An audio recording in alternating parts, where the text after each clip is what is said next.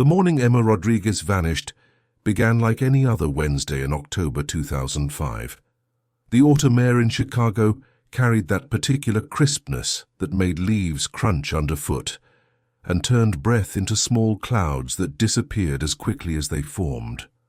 At the Morrison Group home on the city's south side, the radiators clanked their familiar tune, and the smell of instant oatmeal drifted from the kitchen where Mrs. Patterson stirred breakfast with the same mechanical precision she'd used for 15 years. Emma sat at the scarred wooden table by the window, her thin fingers wrapped around a chipped ceramic mug filled with lukewarm coffee that she'd stolen from the staff room. At 14, she carried herself with the guarded posture of someone who had learned early that the world was not designed to catch her when she fell. Her dark hair hung in waves past her shoulders, perpetually tangled because she refused to let anyone get close enough to help her brush it. The other children in the home had learned to give her space, not out of fear, but out of recognition. Emma was the kind of person who seemed to exist in the margins, always present but never quite belonging. Through the window, she watched the city wake up. School buses rumbled past, carrying children to places where they would return to homes that waited for them. The thought made her stomach twist in that familiar way, so she pushed it down and focused instead on the steam rising from her coffee. She had become expert at pushing things down, emotions, hopes, the persistent ache of wondering why her mother had left her at a police station when she was 7, with nothing but a note that said, "I can't do this anymore." The other residents of the Morrison Group home moved around her like water around a stone. There was Marcus, 10 years old, and still hopeful that his aunt would come back for him. Sarah, 16, and already making plans to age out of the system in 2 years. Tommy, 8, who cried every night for the first month but had recently stopped, which somehow seemed worse than the crying.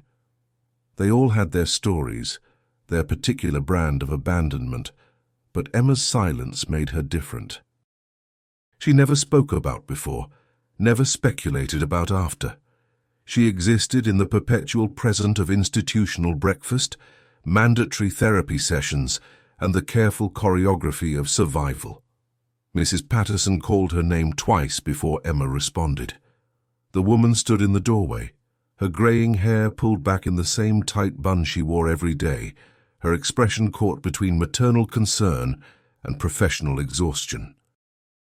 In her hands she held a manila folder, the kind that contained case files, placement updates, the administrative debris of broken childhoods. "Emma, honey, we need to talk." The words carried weight. In the group home, those words usually meant change, and change was rarely good. Emma set down her coffee and followed Mrs. Patterson to the small office behind the kitchen, where motivational posters about perseverance competed for wall space with filing cabinets and a desktop computer that hummed with electronic persistence. The conversation that followed would replay in Emma's mind for years afterward, though the details would blur and shift like old photographs left too long in sunlight. There was talk of a new placement opportunity, a family in the suburbs who specifically wanted to help an older child. The Hendersons had been approved as emergency foster parents, and they had requested Emma specifically after reading her file. Mrs. Patterson spoke about second chances and new beginnings, her voice carrying the practiced optimism of someone who had delivered similar news hundreds of times. Emma nodded at appropriate intervals, but her mind was elsewhere. She thought about the small collection of belongings under her bed, 3 paperback books with broken spines, a Chicago Cubs pennant someone had left behind, a photograph of a woman she couldn't remember, but kept anyway because it might have been her mother. These were the things that would fit in the black garbage bag that served as luggage for children in the system. Everything else, the familiarity of her bed by the window, the morning ritual of stolen coffee, the careful distances she had established with the other children, would be left behind. The Henderson house stood in Oak Park, 23 minutes by train from the city centre. Emma learned this because she had looked it up on the office computer, studying street maps and satellite images with the methodical attention of someone preparing for a mission. The house was blue with white trim, built in the 1940s with a front porch and a maple tree in the yard that would be beautiful in autumn. It looked like the kind of place where people said goodnight to each other and meant it. Mrs. Patterson drove her there in the van that smelled like disinfectant and other people's sadness.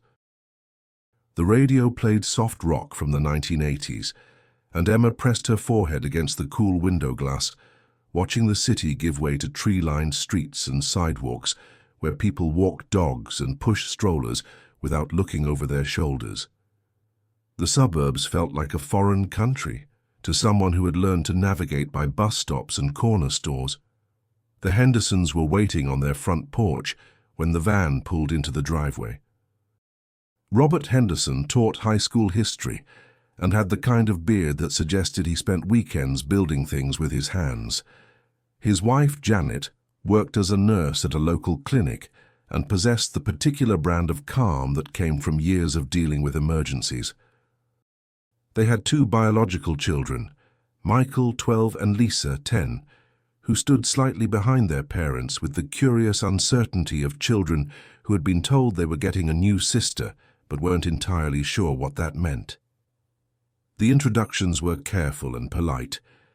Emma shook hands with each family member, noting the way Robert's handshake was firm but not dominating, how Janet's smile reached her eyes, how the children watched her with interest rather than resentment. The house smelled like cinnamon and laundry detergent, and every surface seemed to hold evidence of a family's life. School photos, coffee mugs with clever sayings, a piano with sheet music scattered across its bench.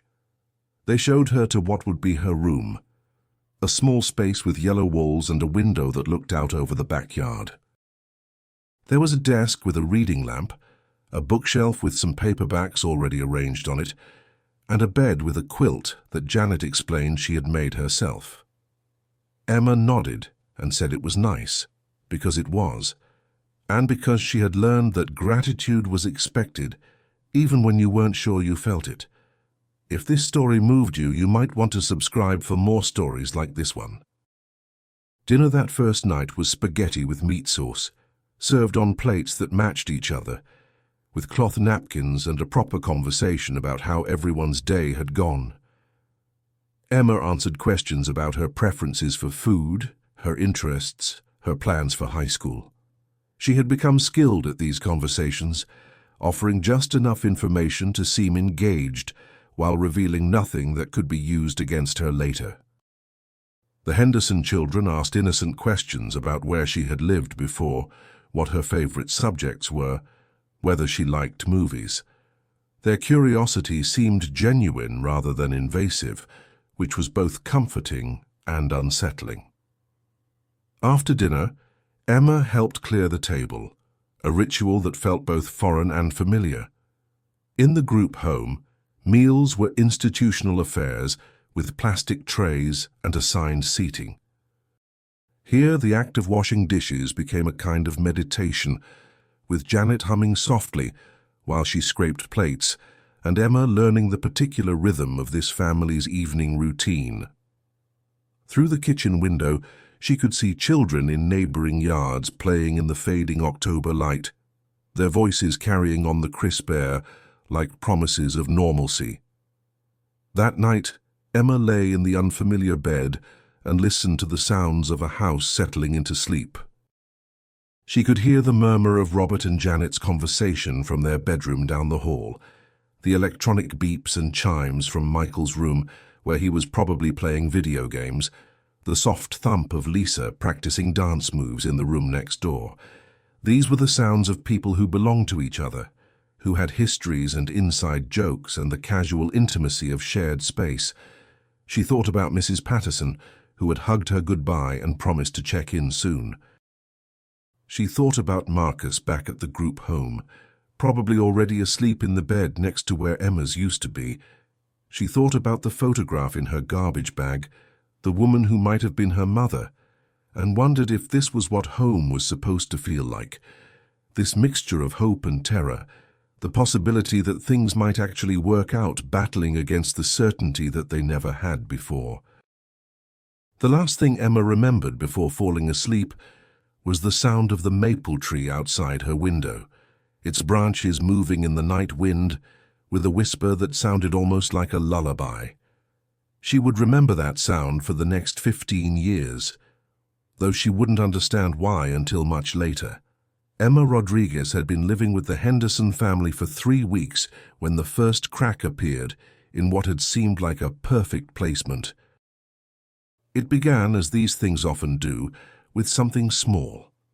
A misunderstanding about homework that escalated into a conversation about trust, which somehow became an argument about rules, which finally collapsed into the familiar territory of disappointment and defensive silence.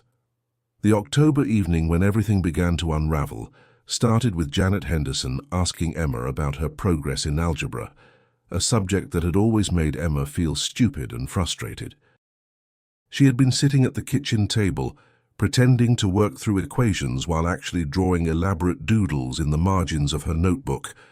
The numbers seemed to swim on the page, refusing to organize themselves into anything that made sense, and Emma had learned years ago that admitting confusion was the same as admitting weakness. "I'm fine," she had said when Janet offered help, the words coming out sharper than she had intended. "I don't need help." Janet had paused in her preparation of tomorrow's lunches, her hands still for a moment, before she continued spreading peanut butter on bread with deliberate strokes. "Emma, sweetheart, it's okay to ask for help. That's what families do. They help each other." The word family hung in the air between them like a challenge. Emma had heard it before, from other well-meaning adults in other temporary homes. The word carried expectations she wasn't sure she could meet, promises she wasn't sure anyone could keep. She closed her notebook with more force than necessary and announced that she was going to her room, leaving Janet standing in the kitchen with half-made sandwiches and the particular kind of hurt that comes from trying to love someone who won't let you. In her yellow-walled bedroom, Emma sat on the quilt that Janet had made by hand and tried to understand why she felt angry when the Hendersons were nothing but kind to her. She thought about the group home, where expectations were clear and limited. No one there pretended that temporary was anything but temporary. No one used words like family or talked about the future as if it was something you could plan for, rather than something that happened to you. The argument with Janet was just the beginning. Over the next few days, Emma found herself pushing against every gesture of inclusion, every assumption of permanence. When Robert tried to help her with a history project about local government, she accused him of treating her like she was stupid. When Lisa invited her to a sleepover with her friends, Emma claimed she didn't like other people's houses. When Michael offered to teach her to play the guitar that had been gathering dust in the corner of his room, she told him she wasn't interested in music. Each rejection created distance, and Emma told herself that distance was safety. Distance meant no expectations. Distance meant no disappointment when things inevitably fell apart. She had learned this lesson in a dozen different placements: the emergency foster home where she stayed for 2 weeks, the relative who had taken her in for a summer before deciding she was too much work, the group homes where love was rationed and temporary by design. But the Hendersons didn't give up easily. Janet continued to ask about her day, to include her in family decisions, to treat her like someone who mattered. Robert still offered homework help with the patient persistence of someone who genuinely enjoyed teaching. Michael and Lisa continued their casual invitations to participate in sibling activities, seemingly unbothered by her consistent refusals. Their kindness felt aggressive in its consistency, and Emma found herself growing more defensive with each gesture of care. The breaking point came on a Sunday morning in early November. The family was getting ready for church, a weekly ritual that Emma had been participating in with reluctant compliance. She didn't particularly believe in God, but she understood that this was part of the Henderson family routine, and compliance had always been her survival strategy. Janet had laid out clothes for her, a dark blue dress with a collar, tights, and shoes that weren't quite comfortable, but looked appropriate for a family that cared about appearances.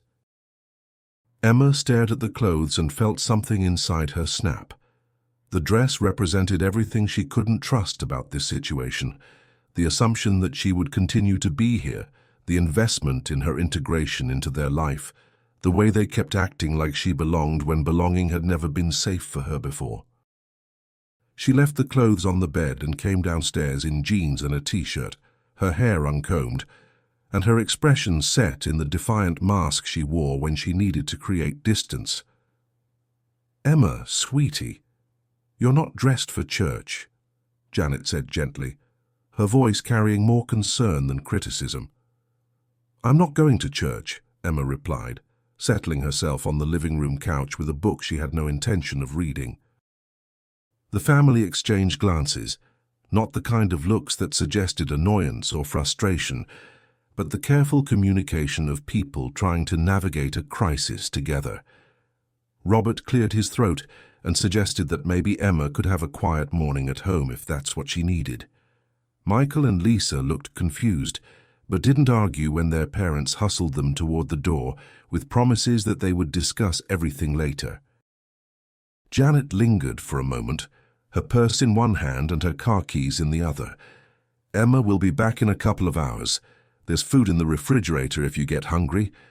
Are you sure you'll be okay here by yourself?" Emma nodded without looking up from her book, and the family left for church with the kind of careful quiet that suggested they were all thinking about her but didn't know what to say. The house felt different when they were gone, larger and more echoing, filled with the presence of their absence.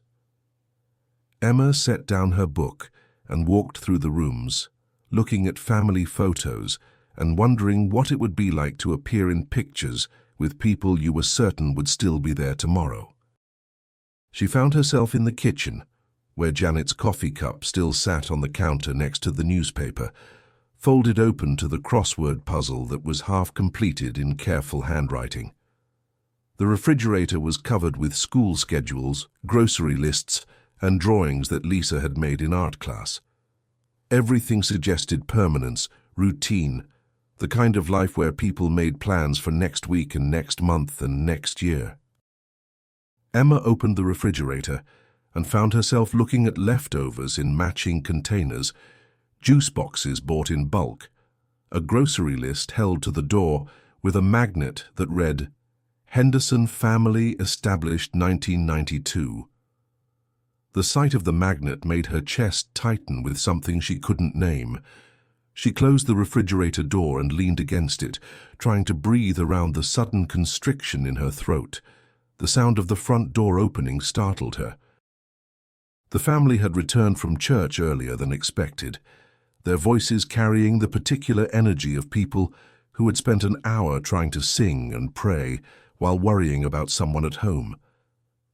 Emma heard them talking in the living room, their voices low and careful, and she knew they were discussing her, trying to figure out what they had done wrong and how they could fix it.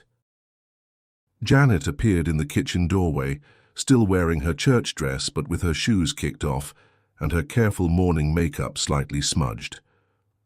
"Emma, we missed you at church. How are you feeling?" The question was simple, but Emma heard all the complexity underneath it. "How are you feeling about living here? How are you feeling about being part of our family? How are you feeling about letting us care about you?" She looked at Janet's concerned face and felt the weight of every good intention, every kindness, every gesture of inclusion that she had been pushing away for weeks. "I can't do this," Emma said, the words coming out in a rush before she could stop them. "I can't pretend that this is going to work. I can't pretend that I belong here." Janet stepped into the kitchen and leaned against the counter, maintaining the careful distance of someone who understood, that getting too close might cause the frightened animal to bolt. "What makes you think you don't belong here?" "Because I don't," Emma said, her voice rising with the frustration of trying to explain something that felt too big for words. "Because people like you don't keep people like me. Because something always goes wrong and it's better if I just don't try." The conversation that followed was the kind that happens in kitchens when people are too tired to maintain their careful facades. Janet talked about her own childhood, about feeling like she didn't belong when her family moved to a new town when she was 12. She talked about the patience required for love, about how belonging wasn't something that happened overnight, but something that was built day by day, choice by choice, through the small acts of showing up for each other. Emma listened and wanted to believe her, but belief required a kind of courage she wasn't sure she possessed. She had learned to expect abandonment, to prepare for it, to sometimes even precipitate it, because the anticipation was worse than the actual event. Janet was asking her to hope, and hope was the most dangerous emotion she knew. That night Emma lay in her bed and listened to the familiar sounds of the Henderson house settling into sleep. Through her window she could see the maple tree that had welcomed her on her first night, its branches now mostly bare, preparing for winter. She thought about Mrs. Patterson at the group home, about the other children who were probably already asleep in beds that would never really be theirs. She thought about the photograph in her bag, the woman who might have been her mother, and wondered if some people were just meant to be temporary in other people's lives. She made her decision in the space between sleeping and waking, in that grey hour when the day hadn't quite begun, but the night was already letting go. She would leave, not dramatically, not with anger or confrontation, but quietly, the way she had learned to move through the world. She would spare the Hendersons the disappointment of watching her fail to become the daughter they wanted, and she would spare herself the pain of believing she could be someone she wasn't. The plan, when it crystallized in her mind, felt both impulsive and inevitable, like something she had been preparing for without realizing it. Emma Rodriguez disappeared on a Tuesday morning in November 2005, when the Chicago air carried the first bitter promise of winter, and the maple tree outside her bedroom window had finally surrendered its last golden leaves to the frost. She left no note, took no goodbyes, and vanished with the practiced silence of someone who had learned that departures were easier when no one had the chance to ask you to stay. The morning began like any other at the Henderson house in Oak Park. Janet Henderson woke at 5:47 a.m., 3 minutes before her alarm, as she had every weekday for the past 12 years.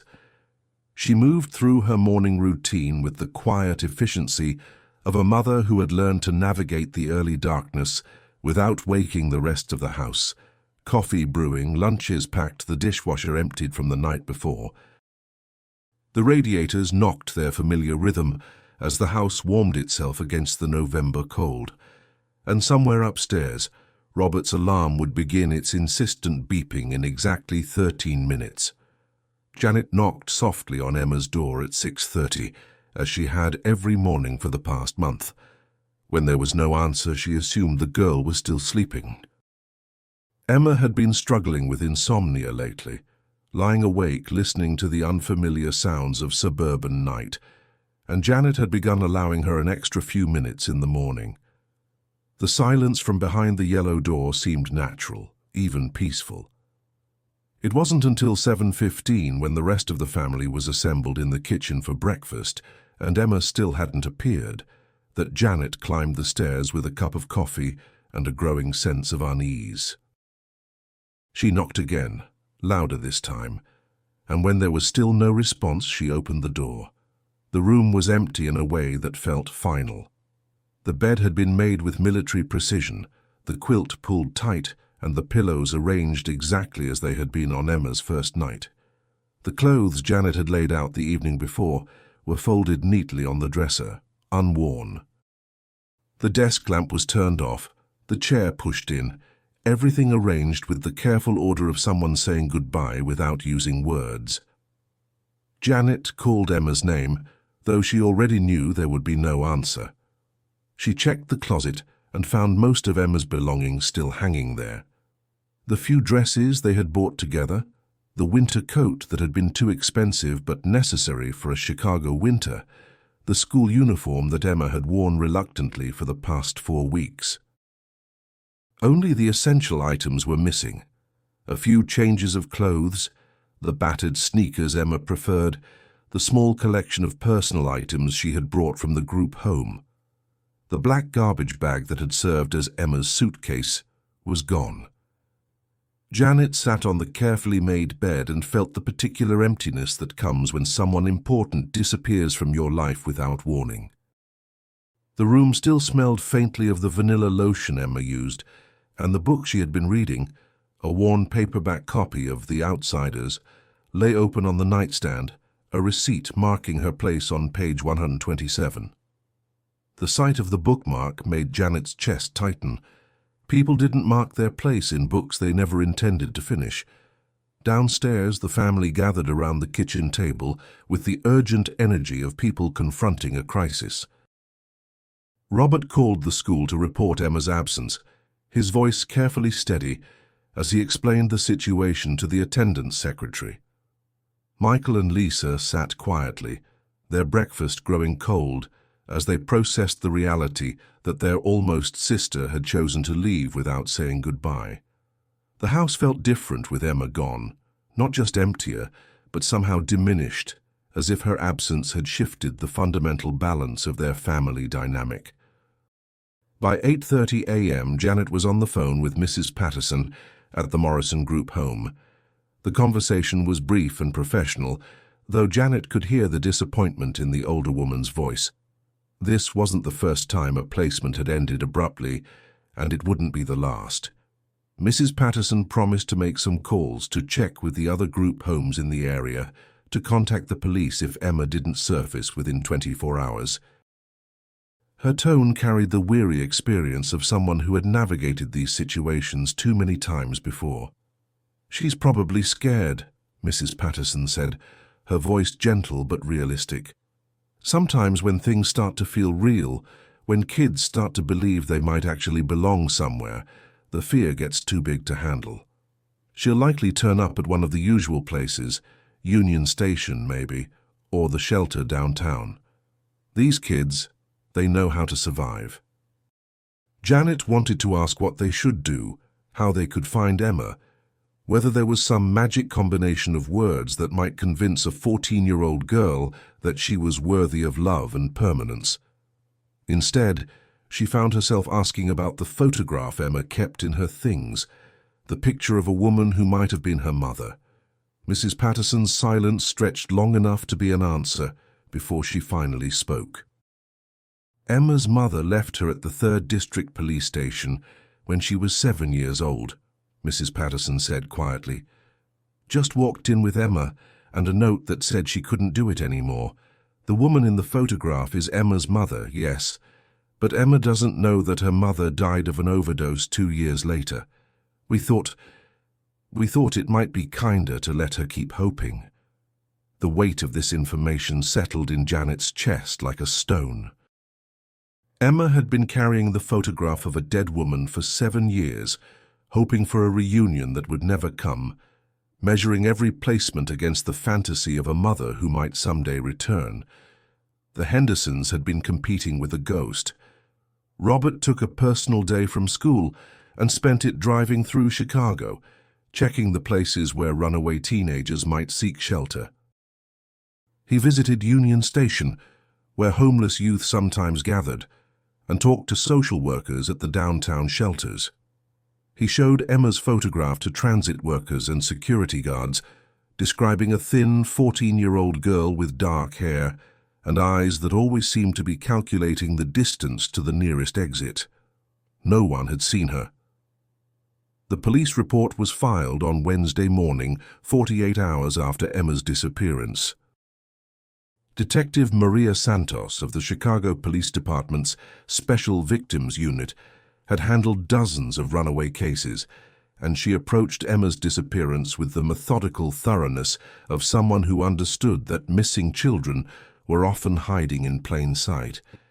She interviewed the Henderson family, took notes about Emma's behavioral patterns, and added her photograph to the database of missing persons that grew larger every day. Most runaway foster kids don't go far, Detective Santos explained to the Hendersons as they sat in the sterile conference room at the police station. They usually stay within familiar territory, places they know, people they trust. Emma's been in the system for 7 years, so she knows how to navigate resources. She's probably scared, but she's not helpless. The detective's words were meant to be comforting, but they carried an undertone of realism that made Janet's stomach clench. Emma was experienced at being alone, skilled at survival, practiced at disappearing. These qualities might keep her safe, but they also made her nearly impossible to find if she didn't want to be found. The search efforts expanded through the following days. Janet made flyers with Emma's photograph and distributed them to libraries, community centers, and bus stops throughout the city.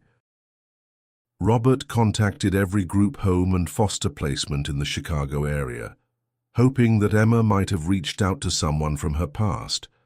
Michael and Lisa, too young to help with the official search, but old enough to understand the gravity of the situation, made their own quiet contributions, checking social media platforms that their parents didn't know about, asking friends if they had seen a girl matching Emma's description. Mrs. Patterson visited the Henderson house on Friday evening, carrying a manila folder with Emma's complete case file and a thermos of coffee that had grown cold during her drive from the city.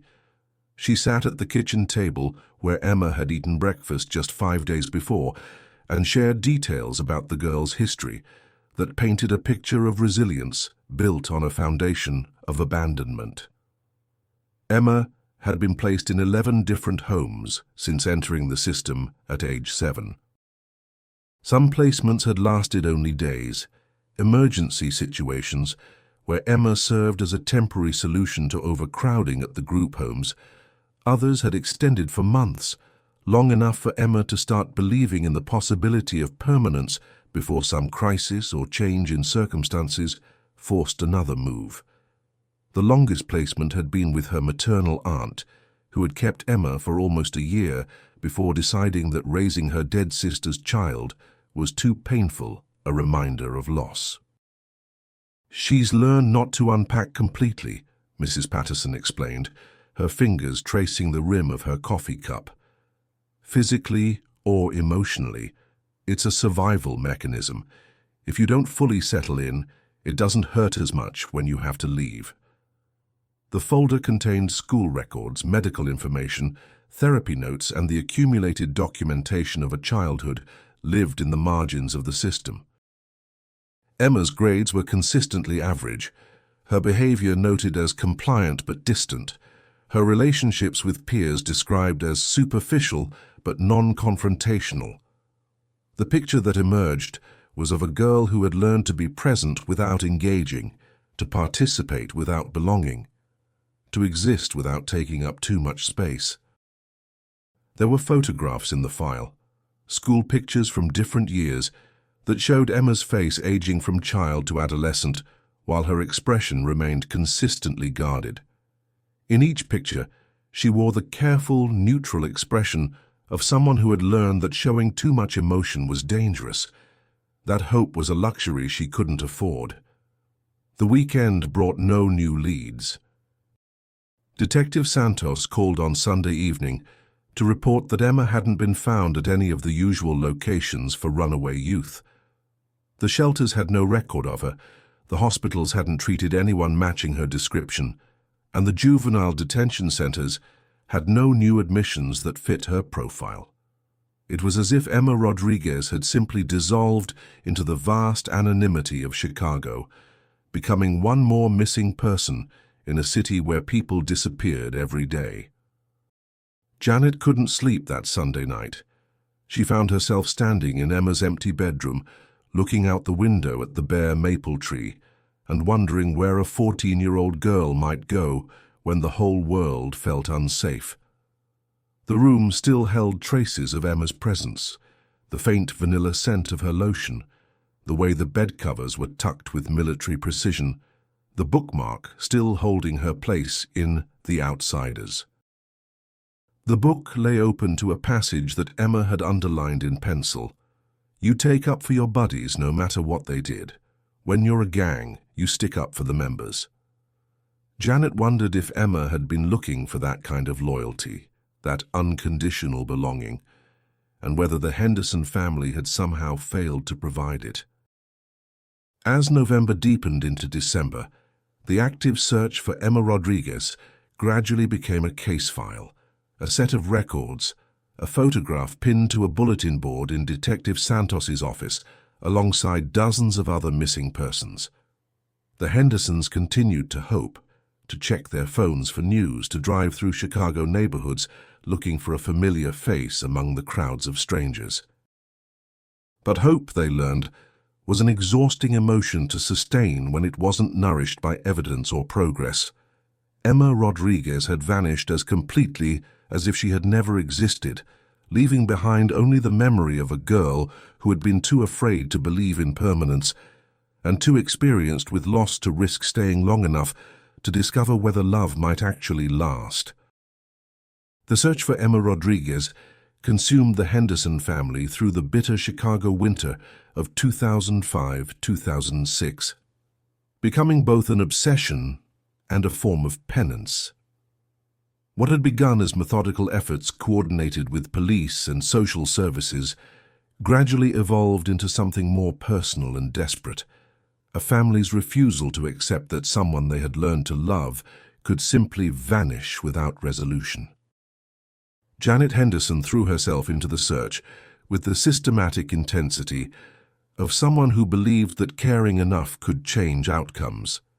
She created spreadsheets tracking every lead, every phone call, every possible sighting.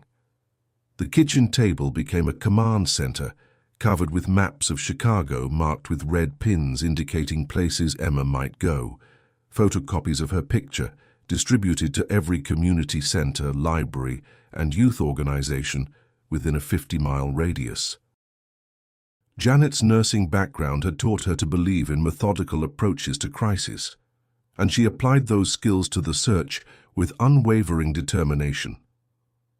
The first break came in December, when a librarian at the Harold Washington Library Center called to report that a girl matching Emma's description had been using the computers in the young adult section. The librarian, Mrs. Chen, had noticed the girl because she came in every day at opening time and stayed until closing, bringing a small backpack and wearing the same clothes for several days in a row. She was quiet, polite, and seemed to be researching something specific, though Mrs. Chen hadn't wanted to intrude by asking questions. Robert and Janet drove to the library immediately, hope rising in their chests like helium. They walked through the stacks and computer terminals, showing Emma's photograph to staff members and regular patrons. Several people recognized the face, confirming that a girl matching Emma's description had been a daily presence for nearly 3 weeks. But when the Hendersons arrived, she was nowhere to be found, and Mrs. Chen reported that the girl hadn't been seen for 2 days. Detective Santos met them at the library and reviewed the computer usage logs. The terminal Emma had been using showed search histories for bus schedules, job listings for people under 18, and information about emancipation procedures for minors. The digital footprint painted a picture of a teenager methodically planning an adult life, researching the legal and practical requirements for surviving alone in a world designed for people with families and support systems. "She's being smart about this," Detective Santos observed as she scrolled through the browser history. "Looking up resources, trying to figure out her options. That's good. It means she's thinking ahead, not just reacting." But the detective's reassurance couldn't ease the ache in Janet's chest as she read through Emma's searches. The girl had been looking up everything from homeless shelters to GED programs, researching the minimum age for work permits and the requirements for obtaining identification documents without parental consent. Each search term represented another step away from the possibility of return, another indication that Emma saw her future as something she would have to construct entirely alone. The library led to other connections. A security guard at Union Station remembered seeing Emma sleeping in the waiting area for several nights in late November before the increased police presence had forced her to find other shelter.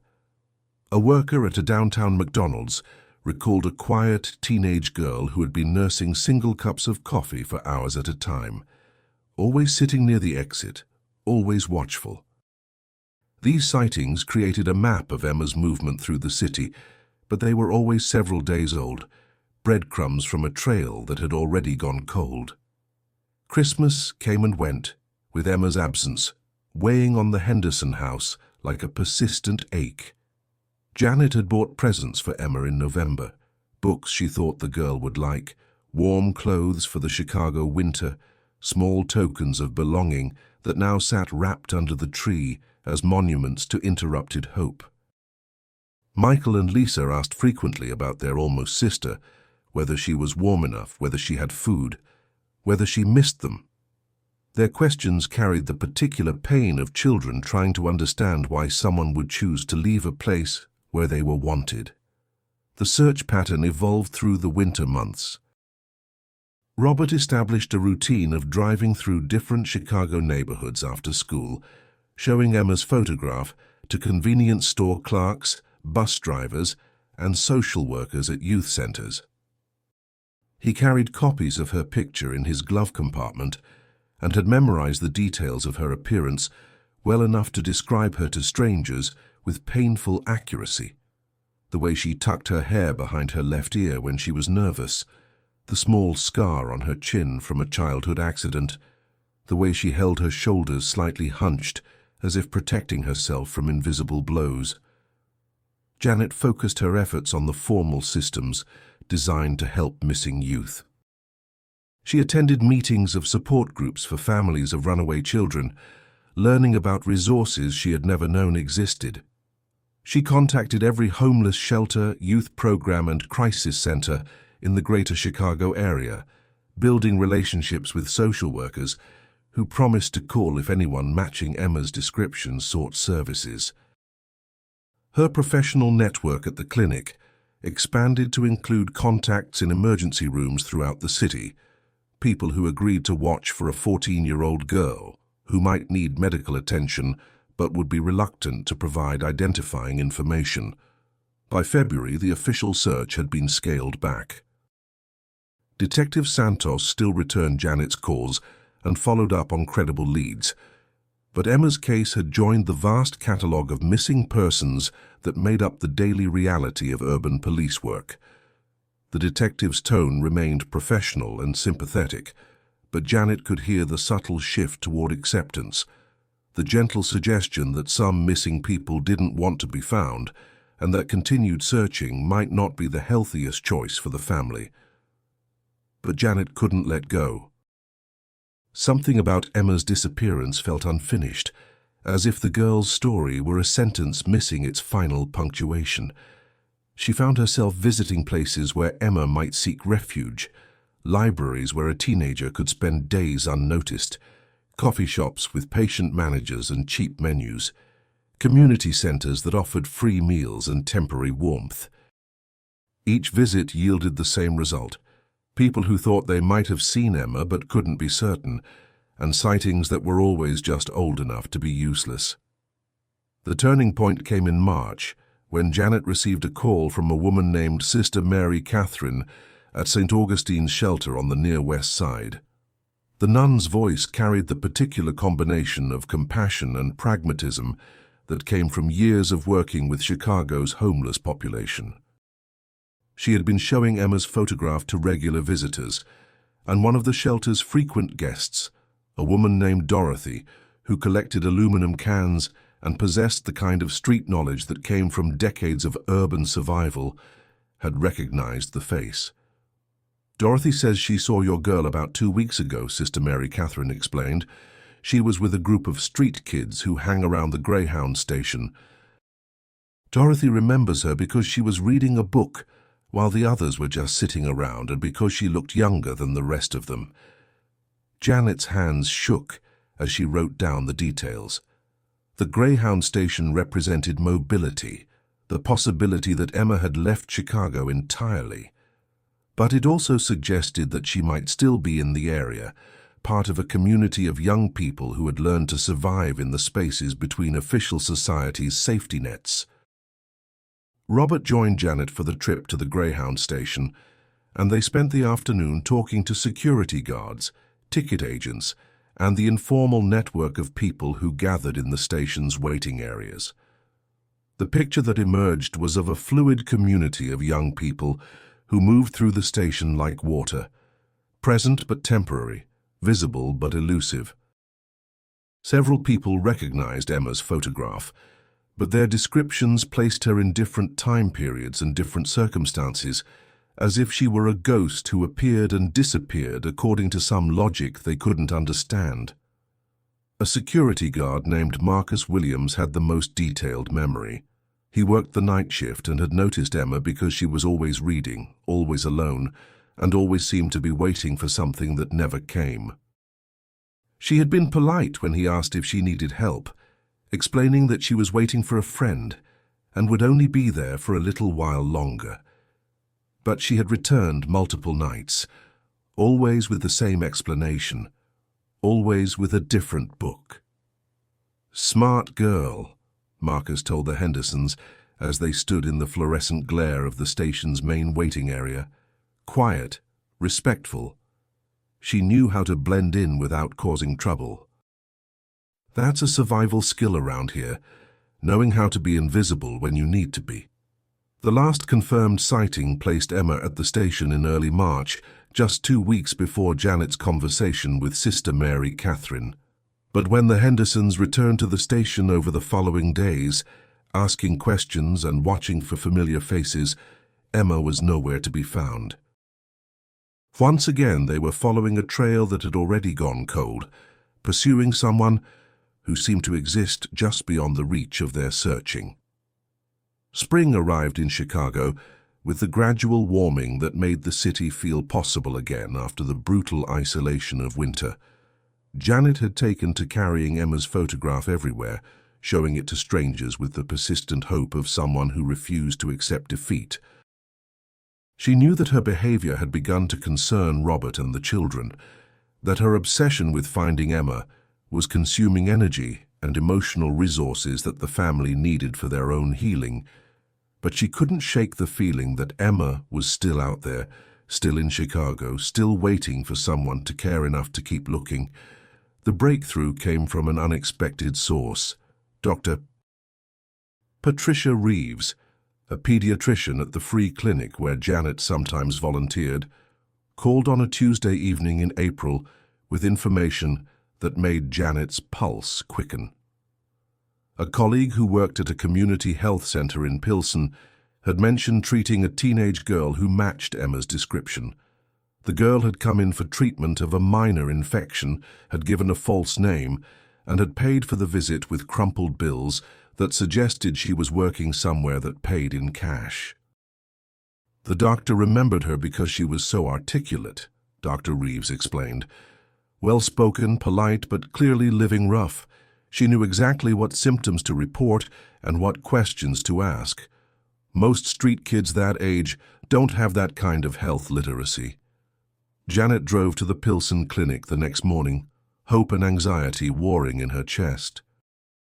The neighborhood was one she didn't know well, a historically Mexican-American area undergoing gentrification, with working-class families and struggling artists sharing space with the gradual encroachment of development.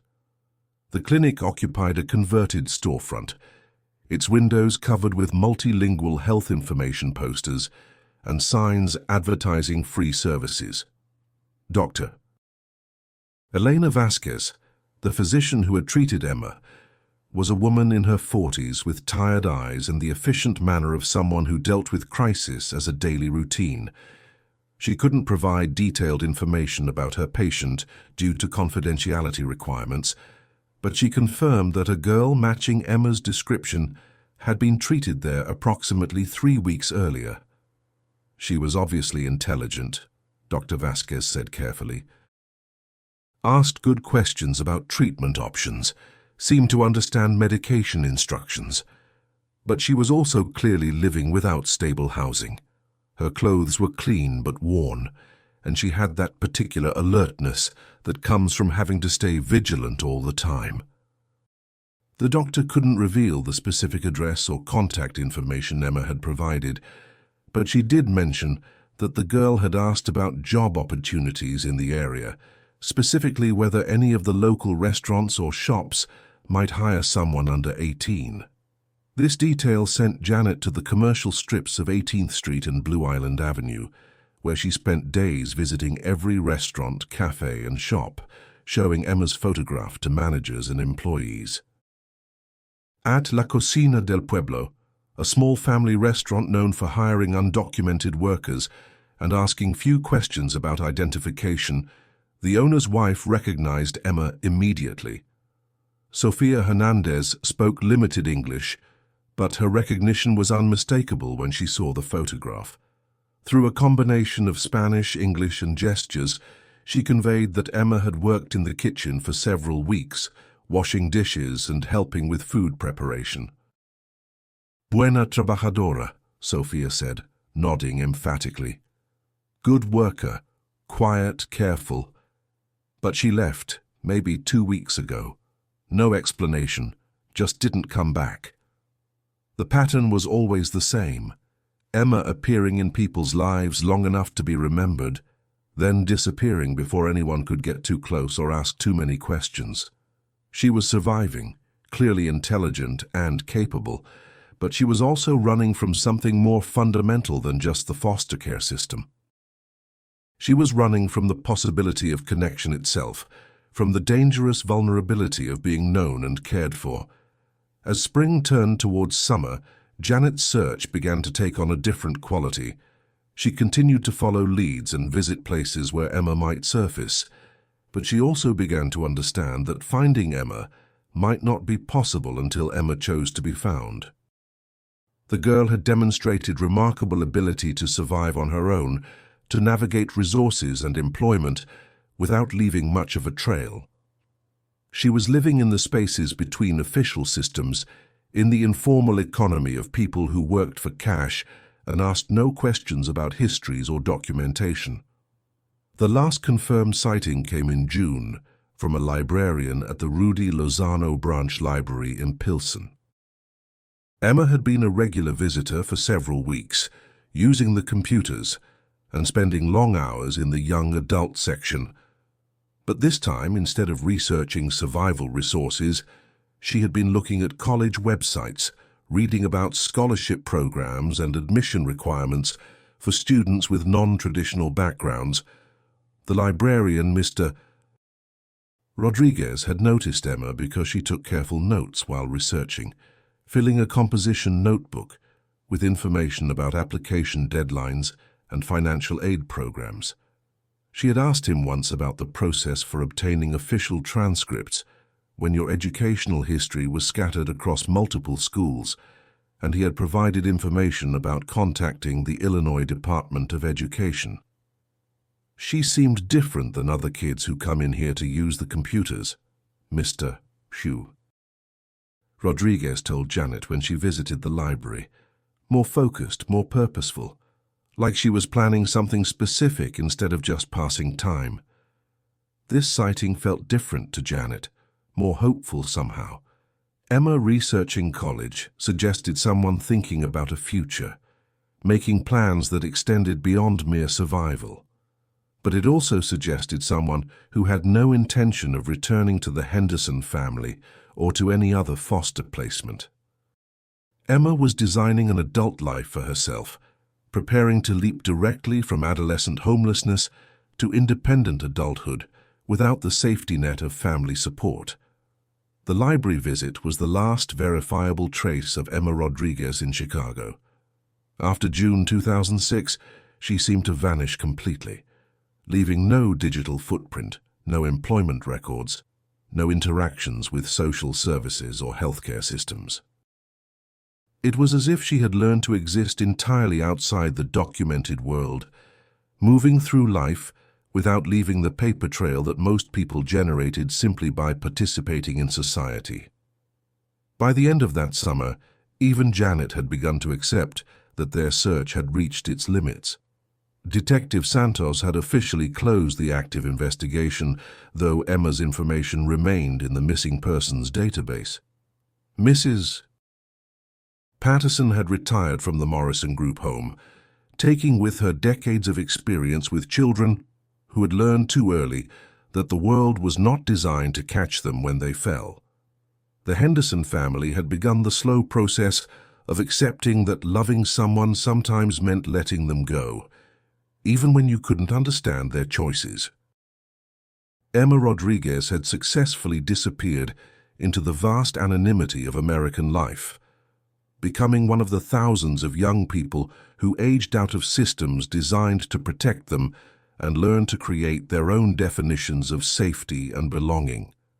The search for her had ended, but the questions she had raised about love, trust, and the courage required for connection would continue to resonate in the Henderson house for years to come. The Ellen DeGeneres show had been taping for 2 hours when actress Sophia Chen settled into the familiar curve of the interview couch, her publicist's carefully prepared talking points scattered like forgotten confetti in her mind. Outside, the Los Angeles sunshine filtered through the studio's massive windows, casting everything in the golden light that made California seem perpetually optimistic. But Sophia felt the particular exhaustion that came from promoting a film that had consumed 2 years of her life and was now reduced to 7-minute segments designed to entertain people eating lunch. At 35, Sophia had achieved the kind of career stability that most actors only dreamed about. She wasn't a household name, but she worked consistently, moving between independent films that satisfied her artistic ambitions and studio projects that paid her mortgage on a modest house in Silver Lake. Her latest film, Finding Grace, was the kind of small-budget drama that critics loved and audiences discovered slowly, a story about a social worker trying to save a program for at-risk youth while navigating her own complicated family history. The role had been particularly meaningful to Sophia because it had required her to spend months researching the foster care system, interviewing social workers and former foster children about their experiences. The preparation had awakened memories from her own past that she had carefully buried beneath years of therapy and career focus. Growing up as the child of immigrants in Chicago, Sophia had volunteered at a local group home during her senior year of high school, an experience that had shaped her understanding of privilege and circumstance in ways she was still discovering. Ellen's questions followed the predictable pattern of late-night promotion, funny stories from the set, the challenge of preparing for the role, plans for upcoming projects. Sophia answered with the practiced ease of someone who had learned to be engaging without being revealing, charming without being too personal. The audience laughed at appropriate moments, applauded when prompted, and seemed genuinely interested in the film's message about the importance of social services for vulnerable youth. "I have to ask about your preparation for this role," Ellen said, leaning forward with the conspiratorial energy that had made her one of America's most beloved talk show hosts. "You spent a lot of time researching the foster care system.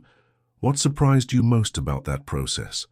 Sophia paused, considering how to condense months of research and emotional revelation into a soundbite that would fit between commercial breaks. "I think what surprised me most was how many incredibly resilient, intelligent young people are navigating systems that aren't designed to support their transition to adulthood. There are kids who age out of foster care at 18, with no family support, no safety net, and they're expected to immediately become self-sufficient adults. The statistics are heartbreaking, but the individual stories are what really stayed with me. "Can you share one of those stories?" Ellen asked, her voice carrying the gentle persistence of someone skilled at drawing out emotional truth. Sophia felt herself pause, her mind drifting to a memory she hadn't planned to share. During her research, she had interviewed dozens of former foster children, but one conversation had stayed with her. A young woman named Maria had described the experience of leaving her foster family at 14, choosing homelessness over the uncertainty of another placement. The woman's description of survival, the careful calculation of trust, the exhausting vigilance required for safety, the way she had taught herself to disappear when necessary, had reminded Sophia of someone from her own past. "Actually," Sophia said, her voice becoming more thoughtful, "there was someone I knew when I was younger. I was 17, volunteering at a group home in Chicago, and there was this girl named Emma. She was maybe 14, incredibly smart, but she carried herself like someone who expected disappointment. She had this way of being present, but not really there, if that makes sense. Like she was always calculating the distance to the nearest exit." The studio audience was quiet now, sensing the shift in tone from promotional banter to something more personal. Ellen nodded encouragingly, her expression indicating that she understood they had moved into different territory. "What happened to her?" Ellen asked quietly.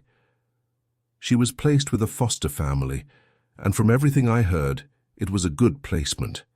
People who really wanted to help her, who were doing everything right, but she ran away after about a month, just disappeared one day, left everything behind except the clothes she was wearing." Sophia's voice caught slightly as she continued. "I always wondered what happened to her, whether she was okay, whether she ever found the safety she was looking for." In the green room of the PBS affiliate station, WNET in New York, Emma Rodriguez, now known as Dr. Emma Sullivan, Director of Youth Services for the Robin Hood Foundation, was eating a dry bagel and reviewing her notes for the interview she was about to give. At 29, she had spent the last 15 years building a life that felt both carefully constructed and authentically her own.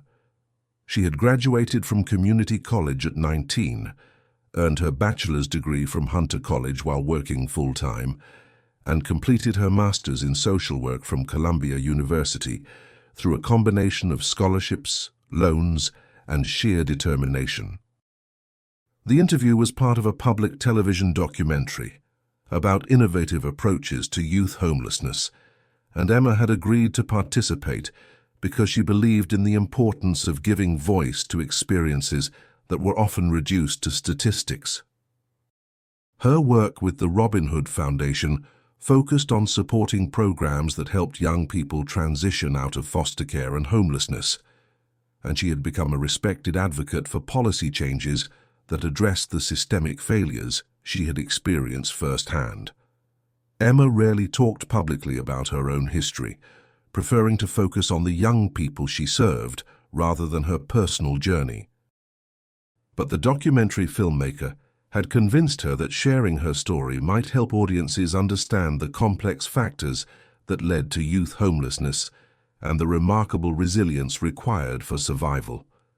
The interview was scheduled to air as part of a special series on social justice, reaching an audience that might not otherwise think about the experiences of young people aging out of care.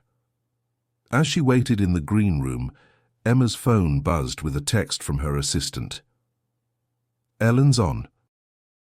Your friend wanted you to watch." Emma smiled at the message from Jessica, a former client who had become something like a younger sister.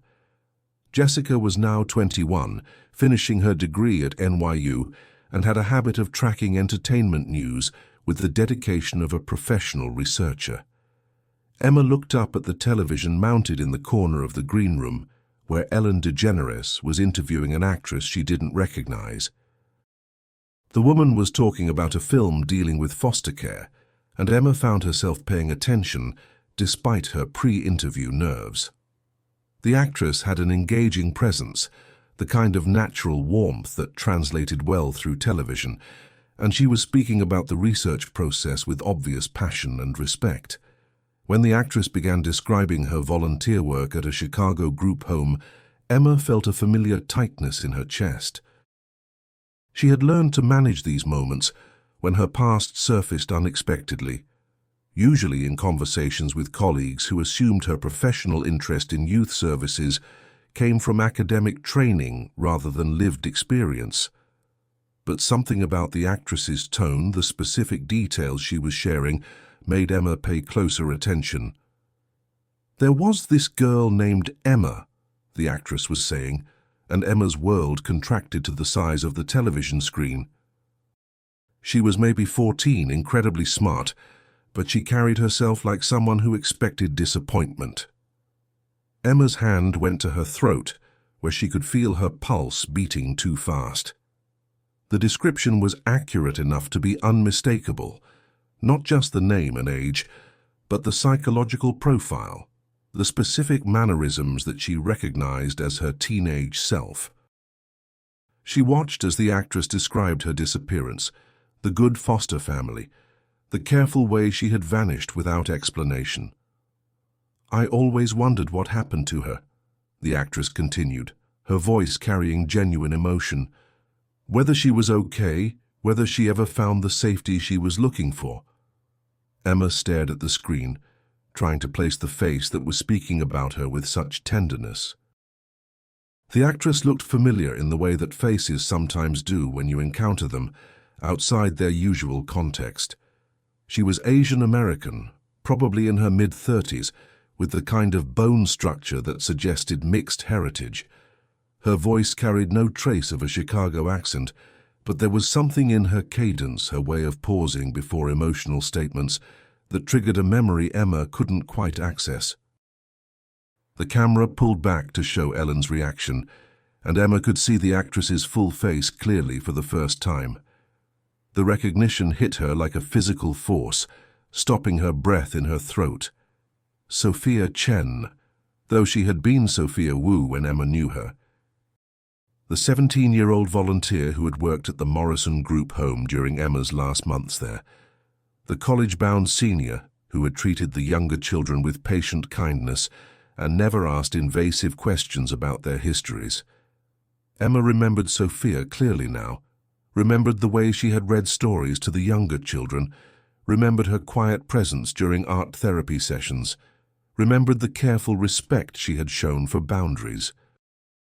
Sophia had been one of the few adults in Emma's teenage world who had seemed genuinely interested in the children's well-being, without appearing to need anything in return. She had been present but not intrusive, caring but not possessive, exactly the kind of person Emma had been too afraid to trust at the time. The interview continued, but Emma was no longer listening to the words. She was processing the surreal experience of watching her teenage self be described on national television by someone who remembered her with obvious affection. The actress, Sophia, was speaking about her as if she had mattered, as if her disappearance had been a loss rather than an inconvenience. The perspective was so different from Emma's own memories of that time that it felt like learning about a different person entirely. A production assistant knocked on the green room door, signaling that it was time for Emma's interview. She stood on unsteady legs, her mind still reeling from the coincidence of timing that had placed her in front of a television at the exact moment when her past was being discussed by someone from her past. The irony wasn't lost on her. Here she was about to give an interview about her work, helping young people in situations similar to her own, having just discovered that someone she had known 15 years ago was doing similar work through her artistic platform. As she walked toward the studio, Emma's phone buzzed again. This time it was a missed call from Jessica, followed by a series of text messages that appeared faster than Emma could read them. "OMG, did you see that? She was talking about you. This is insane. Call me after your interview."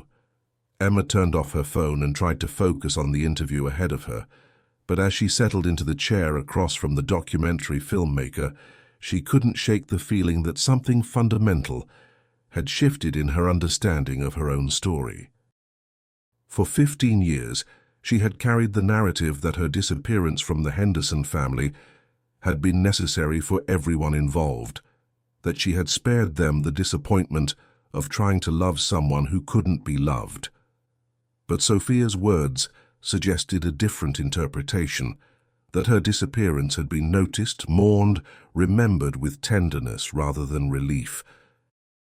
The possibility that she had been wrong about the impact of her leaving, that someone had genuinely cared about her well-being rather than simply her compliance, opened a door in her mind that she had assumed was permanently sealed. The Ellen DeGeneres Show segment had aired on a Tuesday afternoon, but by Wednesday morning the clip had been shared across social media platforms with the viral intensity that accompanied stories of unexpected human connection. Emma Rodriguez, now Dr. Emma Sullivan, watched the numbers climb from her office at the Robin Hood Foundation, her phone buzzing with notifications from colleagues, friends, and strangers who had somehow connected her current work to the story Sophia Chen had told on national television. The recognition had been immediate and overwhelming. Jessica, the former client who had become like a sister to Emma, had screenshot the relevant portions of the Ellen interview and posted them alongside Emma's professional biography and recent conference presentations. The contrast was striking. Sophia speaking about a lost girl named Emma, and Dr. Sullivan's LinkedIn profile showing 15 years of steady professional growth in youth services. The internet had done what the internet did best. It had connected dots that had remained separate for a decade and a half. Emma's first instinct had been to ignore the attention, to wait for the internet's famously short attention span to move on to the next viral story. She had spent years carefully constructing a professional identity that acknowledged her background without being defined by it, and the sudden focus on her teenage disappearance felt like an invasion of the privacy she had worked so hard to maintain. But the responses to Jessica's post had surprised her with their thoughtfulness and emotional resonance. Former foster children were sharing their own stories of disappearance and survival. Social workers were commenting about the importance of understanding the long-term impacts of childhood trauma. Advocates were using the moment to highlight the need for better support systems for young people aging out of care. What could have been simply an internet curiosity had become a platform for conversations about experiences that were usually invisible to mainstream discourse. By Thursday morning, Emma's office phone was ringing with interview requests from news outlets, podcasts, and documentary filmmakers who wanted to tell the rest of the story. Her assistant, David, had created a spreadsheet tracking the requests, color-coding them by media outlet and level of invasiveness. The attention was both validating and exhausting. Validation for the work she had been doing, but exhausting in the way that unwanted exposure always was for someone who had learned early that visibility could be dangerous. The call that changed everything came Friday afternoon from a number Emma didn't recognize. She almost let it go to voicemail, but something about the persistence of the ringing made her answer. "Is this Dr. Emma Sullivan?" The voice was familiar in a way that made Emma's chest tighten, though she couldn't immediately place it. "Yes, this is Emma. Emma, this is Sophia Chen. I think we knew each other a long time ago in Chicago." The silence that followed was charged with 15 years of separation, and the surreal recognition that sometimes the past reaches forward in ways you never expect. Emma gripped the phone tighter, her mind racing through the implications of this contact and the emotional complexity of hearing from someone who had known her during the most vulnerable period of her life. "Sophia," Emma said finally, her voice steadier than she felt. I saw your interview. It was unexpected. I hope it was okay that I mentioned you. I've been thinking about that conversation all week, wondering if I should have said something different or nothing at all. But I couldn't stop thinking about how much you mattered to me during that time, how much I hoped you were okay.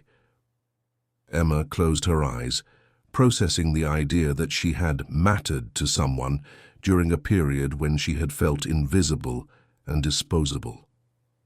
It was okay. Actually, it was more than okay. I just never expected to hear my story told from that perspective. They talked for 47 minutes, filling in 15 years of separate lives, with the careful politeness of people who had shared significant history but weren't sure how much intimacy that history allowed. Sophia had moved to Los Angeles after college, had worked steadily in film and television, had married and divorced and was now in a relationship with a photographer named David. Emma shared her educational journey, her work with the Robin Hood Foundation, her small apartment in Brooklyn with its carefully curated collection of books and plants. But beneath the surface of biographical exchange, both women were navigating more complex emotional territory. Sophia was processing the guilt she had carried for years about not doing more to help Emma, not recognizing the signs of someone preparing to disappear. Emma was confronting the realization that her teenage assessment of her own impact on others might have been inaccurate, that her careful invisibility hadn't been as complete as she had believed. "Can I ask you something?" Sophia said, as their conversation began to wind down. "The foster family you were placed with, the Hendersons, do you ever think about them?" Emma's answer came slowly, weighted with years of unexamined emotion. "Every day. I think about them every day. Whether they're okay, whether they understood why I left, whether they ever think about me without feeling disappointed or angry." "Emma," Sophia's voice was gentle but firm, "from everything I remember about that placement, from everything Mrs. Patterson told us volunteers, they were heartbroken when you left. Not angry, heartbroken. They looked for you for months." This information hit Emma like a physical blow. For 15 years, she had carried the assumption that her disappearance had been more of a relief than a loss for the Henderson family, that they had quickly moved on to other placements or returned to their normal family life without the complication of a troubled foster child. The idea that they had been heartbroken, that they had continued searching, reframed her entire understanding of that period of her life. "I didn't know that," Emma said quietly. "Would you want to know more?" The question hung between them, loaded with possibility and risk. Emma had built her adult life on the foundation of moving forward rather than looking back, of creating new relationships rather than trying to repair old ones. But the conversation with Sophia had opened something in her that she hadn't realized was still closed, a curiosity about the people who had tried to love her when she hadn't been able to accept love. "Maybe," Emma said finally. "Maybe I would." They made plans to meet in person the following week. Sophia would be in New York for a film premiere, and they arranged to have coffee at a small cafe in Brooklyn, away from the Manhattan media circus that might recognize Sophia or be interested in their reunion. The conversation ended with mutual expressions of anticipation and nervousness, both women acknowledging that they were entering uncharted territory. After hanging up, Emma sat in her office looking out at the Manhattan skyline and trying to process the emotional whiplash of the past week. 5 days ago, her past had been safely contained in the work she did, present in her professional mission, but not disruptive to her personal life. Now she was contemplating reopening connections she had assumed were permanently severed, considering the possibility that her carefully constructed narrative about her own history might need revision. That evening, Emma called her therapist, Dr. Martinez, whom she had been seeing on and off for 8 years. Dr. Martinez had helped her navigate the complex emotions around her work, the way that serving young people in situations similar to her own sometimes triggered unresolved trauma from her own experiences.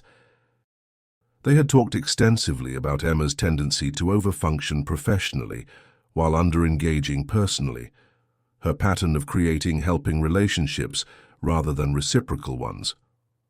It sounds like this conversation with Sophia has stirred up some things you thought you had resolved, Dr. Martinez observed during their emergency phone session.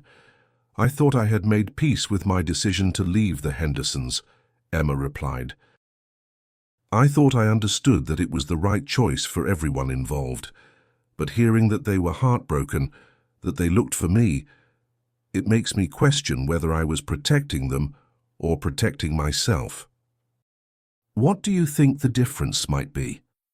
Emma was quiet for a long moment, staring out her apartment window at the Brooklyn street where her neighbors were heading home from work, carrying groceries and walking dogs and participating in the casual intimacy of community life that she had always observed from a distance. I think I was protecting myself from the possibility that they might actually love me and then change their minds.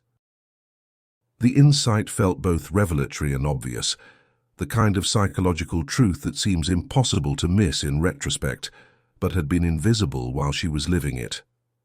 At 14, Emma had been operating from a survival strategy that prioritized emotional safety over connection, certainty over hope. She had chosen the known pain of loneliness over the unknown risk of abandonment. But 15 years of professional work with young people in similar situations had taught her that survival strategies that were adaptive in childhood could become limitations in adulthood. The same instincts that had protected her at 14 might be preventing her from forming the kinds of relationships that could sustain her at 29. What would it mean to consider the possibility that the Hendersons' love was genuine? Dr. Martinez asked. It would mean that I've been wrong about something fundamental for 15 years, Emma replied. And it would mean that I hurt people who didn't deserve to be hurt. And what would it mean to consider reaching out to them? Emma felt her heart rate accelerate at the suggestion. The idea of contacting the Henderson family carried risks that felt almost too large to contemplate. They might be angry or indifferent, or might have moved on so completely that her reappearance would be an unwelcome disruption. They might have other foster children now, might have learned from their experience with Emma that some children were too damaged to help, but they also might be glad to hear from her. They might want to know that she was okay, that she had built a life for herself, that their care had mattered even if she hadn't been able to show it at the time.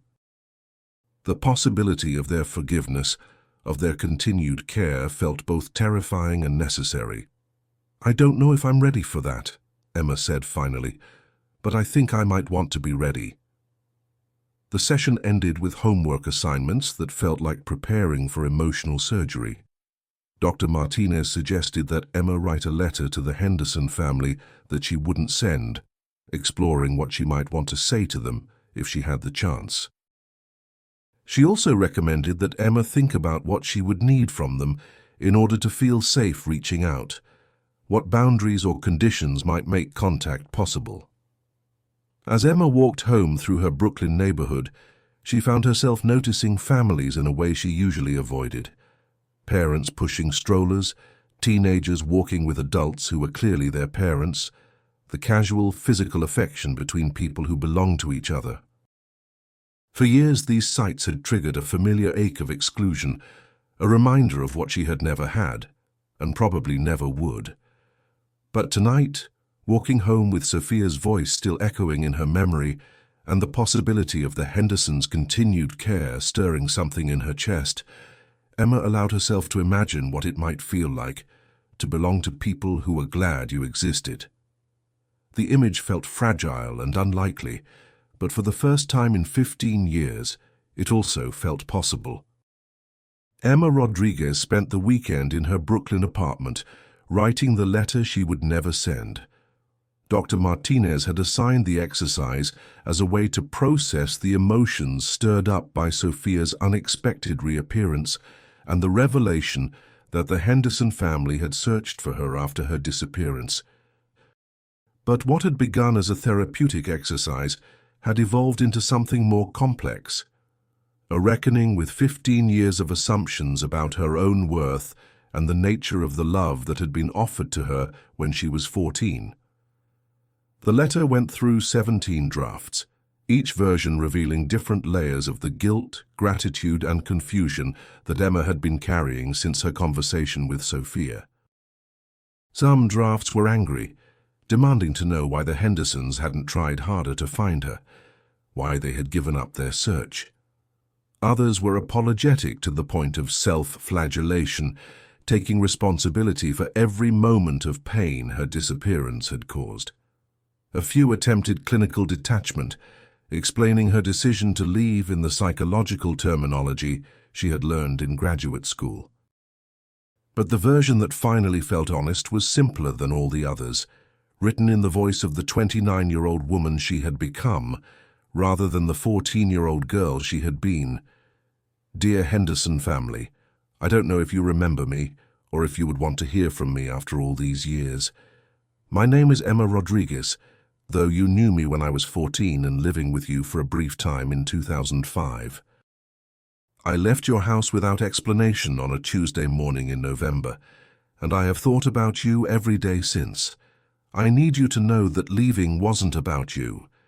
It wasn't because you did anything wrong, or because your kindness wasn't enough, or because you failed me in any way. You were everything a foster family should be: patient, generous, welcoming, real. You offered me something I had never experienced before: the possibility of belonging to people who chose to love me. I left because I was terrified of wanting that belonging too much. I had learned by 14 that caring about people made their inevitable departure more painful, and I couldn't bear the idea of investing in your family only to be moved again when the placement didn't work out. I thought I was protecting all of us from the disappointment of another failed placement. What I didn't understand then was that my leaving would cause you pain. I thought you would be relieved to return to your normal family life without the complication of a troubled foster child. I thought I was making things easier for everyone. I was wrong, and I'm sorry. I want you to know that I'm okay. More than okay, actually. I finished high school, went to college, earned a master's degree in social work.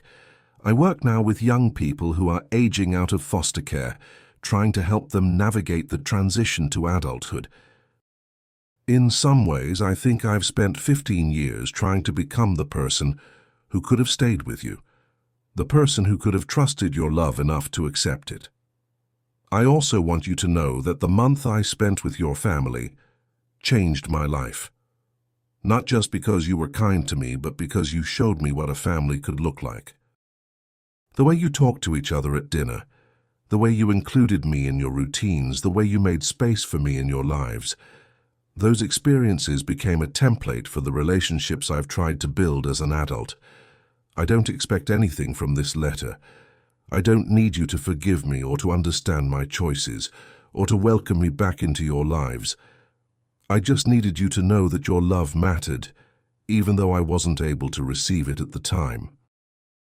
I needed you to know that Emma Rodriguez grew up to be Dr. Emma Sullivan, and that she helps other kids every day because of what you taught her about the possibility of belonging.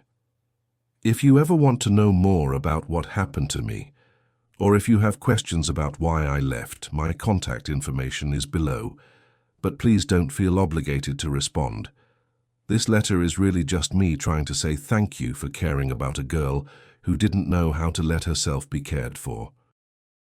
With gratitude and love, Emma printed the letter on cream-colored paper and sealed it in an envelope addressed to the Henderson family at their Oak Park address, an address she had memorized 15 years ago and never forgotten.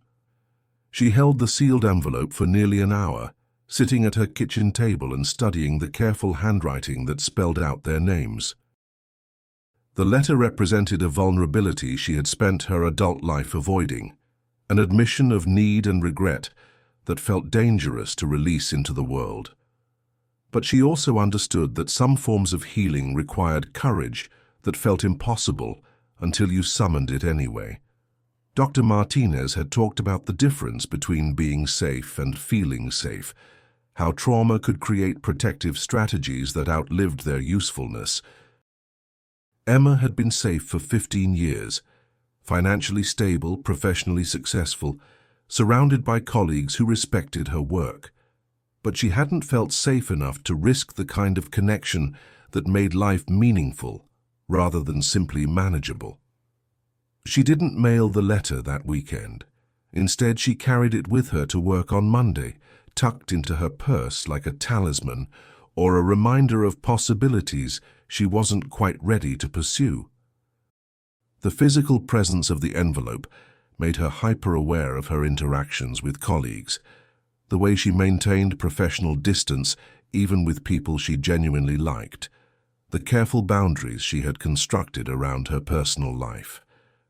Tuesday brought her coffee date with Sophia, and Emma found herself unusually nervous as she walked to the small cafe in Park Slope they had chosen for their reunion. She arrived early and claimed a corner table where she could watch the door, a habit from her teenage years that she had never quite broken. The cafe was busy with the late morning crowd of freelancers and new parents, the kind of Brooklyn establishment that served excellent coffee and minded its own business. Sophia arrived exactly on time, and Emma recognized her immediately, despite the 15 years that had passed since they had last seen each other. She looked like the successful actress she had become, well-dressed in the effortless way that suggested expensive taste, carrying herself with the confidence of someone comfortable with public attention. But her smile when she spotted Emma was the same warm expression that had made her memorable to a 14-year-old girl who trusted very few adults. They hugged awkwardly, the way people do when they're not sure how much intimacy their shared history allows. Sophia ordered a latte, Emma stuck with black coffee, and they settled into the careful conversation of people filling in 15 years of separate lives. Sophia talked about her career trajectory, the challenges of working in an industry that valued youth and conventional beauty, her recent relationship with David, who was a documentary photographer specializing in social justice issues. Emma shared the public version of her story: college at Hunter, graduate school at Columbia, her work with the Robin Hood Foundation. She was practiced at telling this version, which emphasized her professional accomplishments while glossing over the more difficult details of how she had survived the years between leaving the Henderson house and enrolling in community college. Sophia listened with obvious interest, asking thoughtful questions about Emma's work and the systemic changes needed to better support young people aging out of care. But gradually, their conversation moved beyond the safe territory of professional updates. Sophia talked about her volunteer work at the Morrison Group Home, how the experience had influenced her choice to focus on projects that addressed social issues. She described the other children Emma might remember: Marcus, who had been adopted by his aunt and was now a teacher in Minneapolis; Sarah, who had aged out at 18 and struggled with addiction for several years before getting clean and becoming a recovery counselor. "Mrs. Patterson asked about you for years," Sophia said, stirring her latte with unnecessary focus. "Every time I visited, she would ask if I had heard anything, if there had been any word. She never gave up hope that you were okay." Emma felt the familiar tightness in her chest that accompanied conversations about people who had cared for her. Mrs. Patterson had been one of the few adults in the system who had treated Emma like a person rather than a case file, who had remembered her preferences and asked about her feelings with genuine interest rather than professional obligation. "Is she still alive?" Emma asked. "She died 3 years ago. Cancer. But she was working until almost the end, still advocating for policy changes, still keeping track of her kids. Sophia paused, seeming to weigh her next words carefully. She kept a file of newspaper clippings about young people who had been through the system and gone on to do remarkable things. I think she would have been proud to add your story to that collection. The conversation continued for 2 hours, their coffee cups long empty, but neither woman ready to end the connection they were rebuilding. Emma found herself sharing details about her life that she rarely discussed with anyone. The years of sleeping in libraries and shelters, the minimum wage jobs that had funded her education, the careful way she had learned to navigate bureaucratic systems without attracting unwanted attention. Sophia listened without judgment, or the intrusive questions that Emma had learned to deflect. She seemed to understand that some stories needed to be offered rather than extracted, that the details of survival were private until the survivor chose to make them public. Her responses carried the empathy of someone who had spent years thinking about systemic inequality and individual resilience. As their conversation wound down, Emma found herself reaching into her purse and retrieving the sealed envelope she had been carrying for 2 days. She placed it on the table between them, her hand still resting on top of it, as if she might change her mind at the last moment. "I wrote a letter to the Henderson family," Emma said quietly. "I've been carrying it around, trying to decide whether to send it." Sophia looked at the envelope with obvious understanding of its significance. "What's holding you back?" "Fear, mostly. Fear that they won't want to hear from me, or that they will want to hear from me but for the wrong reasons. Fear that I'll disappoint them again, or that they'll disappoint me. Fear that some connections are better left as memories. What would it look like if you weren't afraid?" The question was simple, but it cut through 15 years of careful emotional management to the core of what Emma had been avoiding. If she weren't afraid, she would want to know whether the Henderson family was okay, whether Michael and Lisa had grown up to be happy adults, whether Robert and Janet had continued fostering other children or had been too hurt by her disappearance to try again. If she weren't afraid, she would want them to know that their kindness had mattered, that the month she had spent with them had been the template for every healthy relationship she had built since. She would want to apologize for the pain her leaving had caused, and to thank them for showing her what family could look like when it was chosen rather than imposed. If she weren't afraid, she would want to belong to people who were glad she existed, even if that belonging looked different at 29 than it might have at 14. "I think if I weren't afraid, I would mail this letter and trust that whatever happens next is better than wondering what might have happened," Emma said finally. Sophia nodded, understanding that Emma was talking herself through a decision rather than asking for advice. "Do you want me to mail it for you? Sometimes it's easier to let someone else drop it in the mailbox." Emma looked at her former friend, this woman who had reappeared in her life at exactly the moment when she needed someone who understood her history, and felt a gratitude that was almost overwhelming. Sophia was offering to take responsibility for the scariest part of reaching out, the moment of actual contact when possibility became reality. "Would you?" "Of course." Emma slid the envelope across the table, and Sophia tucked it into her purse with the same care she might use handling something fragile and precious. They exchanged phone numbers and promised to stay in touch, both understanding that this conversation had been about more than catching up with an old acquaintance. They had helped each other take steps toward connections they had both been avoiding, Emma toward her past, and Sophia toward a deeper understanding of the impact her teenage volunteer work had made. Walking home through Brooklyn, Emma felt simultaneously lighter and more vulnerable than she had in years.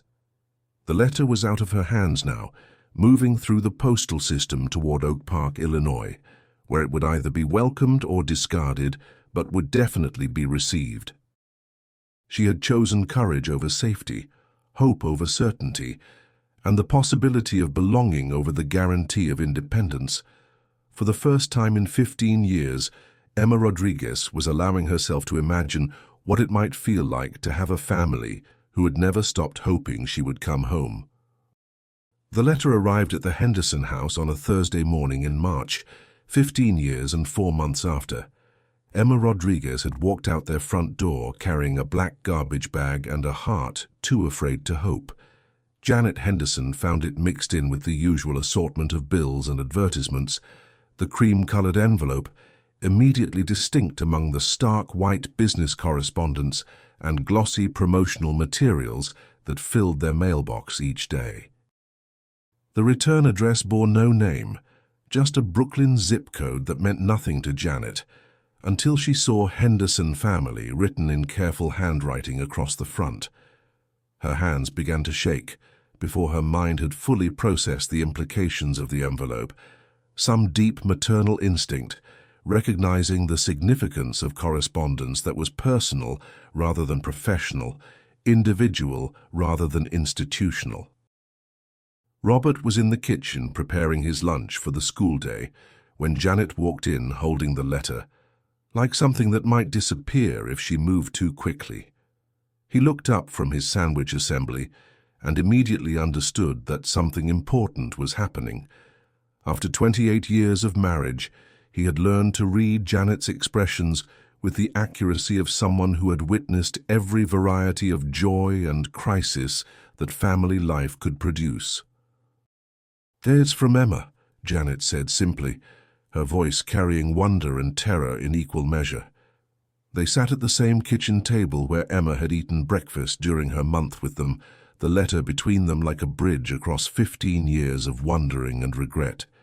Janet's hands were still shaking as she opened the envelope, and Robert moved his chair closer so they could read together. The carefully written pages seemed to carry weight beyond their physical presence, as if Emma's voice was speaking to them directly across the years of separation. Robert called in sick to work, something he had done perhaps 3 times in his entire teaching career, and they spent the morning reading and rereading Emma's letter. Each paragraph revealed layers of understanding that reframed their memories of her disappearance, transforming what they had interpreted as rejection into something closer to protection.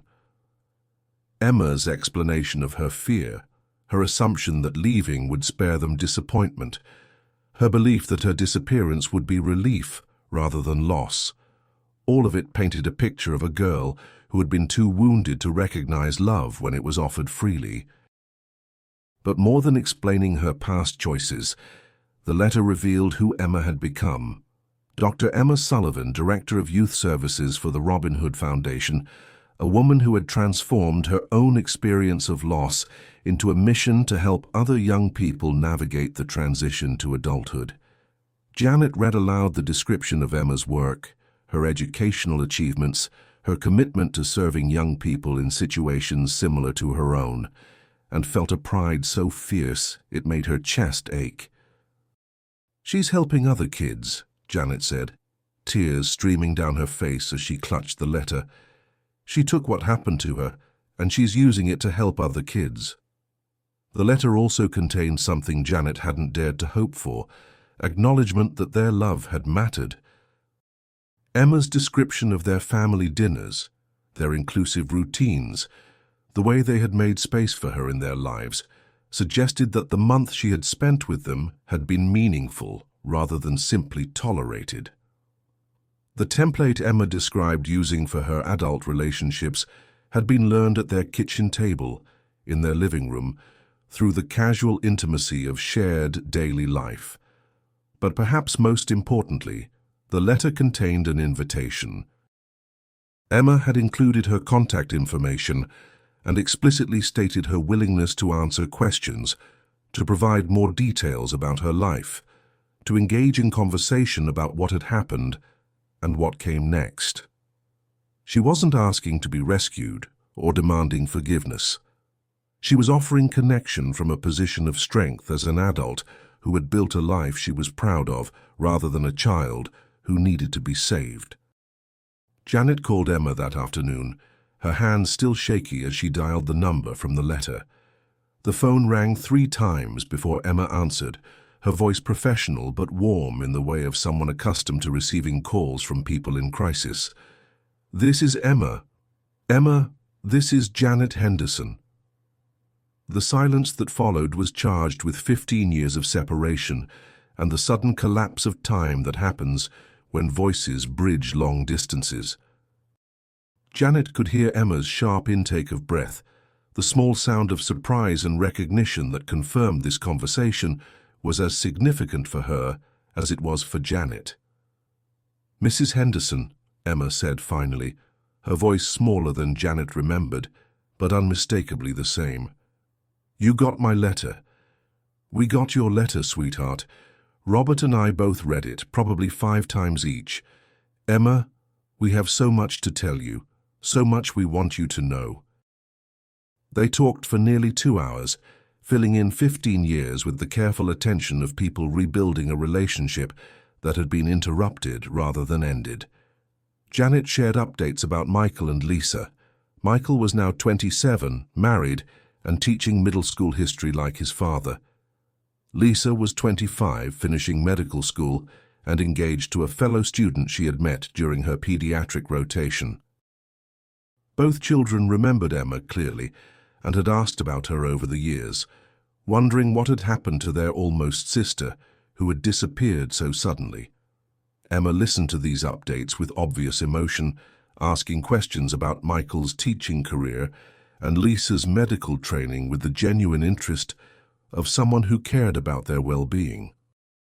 She shared stories from her own professional life, describing the young people she worked with and the systemic changes she advocated for with the passion of someone who had found her calling. But gradually, their conversation moved toward the more difficult territory of Emma's disappearance and the years that followed.